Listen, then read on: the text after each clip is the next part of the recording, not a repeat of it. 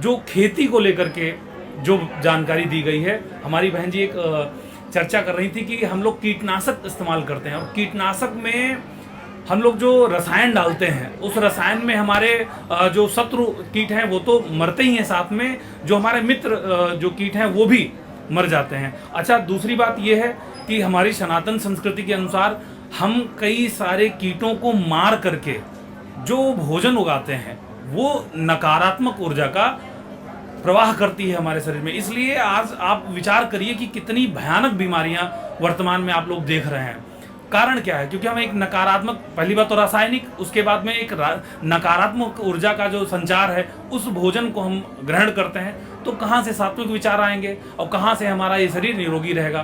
तो इस शिविर में आकर के इस विषय पर बहुत अच्छा लगा मुझे कि किस तरह से एक ध्यान मग्न होकर के अपने बीजों को, अन्न के जो बीज हैं उनके अंदर अपनी ऊर्जा को प्रवाहित करें, उसके बाद में उन बीजों को हम रोपित करें। अब ये जो बीज रोपित होंगे, इनसे जो उत्पन्न अन्न होगा, ये वास्तविक में ईश्वर का भी उसमें आशीर्वाद है, शक्ति है और हमारी एक सकारात्मक ऊर्जा का जो प्रभाव है। क्योंकि विज्ञान में भी इस चीज को लेकर कहा जाता है कि हमारा कॉन्शियस और सब कॉन्शियस माइंड होता है। हम सब कॉन्शियस माइंड में कोई भी चीज रख करके कोई कार्य करते हैं तो वो मिरेकल्स, चमत्कार करती है।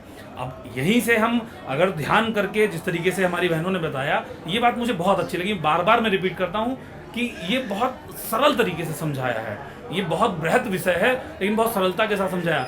हम जब ध्यान करते हैं तो एक ऊर्जा जो उत्पन्न होती है, साथ में हम अपने ऑर्गेनिक तरीके से उसमें केमिकल न मिला करके गुड़ का इस्तेमाल कर सकते हैं। हमारी नीम की पत्तियां हैं, पीपल की पत्तियां हैं, जो एक ऑर्गेनिक तरीके से अपनी खाद का जो हमारे वृक्षों को, हमारे खेतों में जो फसल उनको जरूरत होती है वो भी पूरी होती हैं। एक सकारात्मक ऊर्जा भी होती है और उसके साथ में हम उस अन्न को जब प्राप्त करते हैं तो हमारा शरीर भी निरोगी रहता है। और जब मन, शरीर हमारा निरोगी रहेगा तभी तो हम अपने ईश्वर की भक्ति कर पाएंगे और वो हमारी प्रारंभ से लगी हुई है। तो हमारा जीवन जो जी रहे हैं वो भी कामयाब हो रहा है और ईश्वर की भक्ति भी करते जा रहे हैं। ये बहुत ही अच्छा लगा और आप सभी बहुत बहुत धन्यवाद के पात्र हैं। आप सभी लोगों को बहुत बहुत धन्यवाद। आप लोग इसी तरह से लगे रहें। बहुत बहुत धन्यवाद स्वामी जी।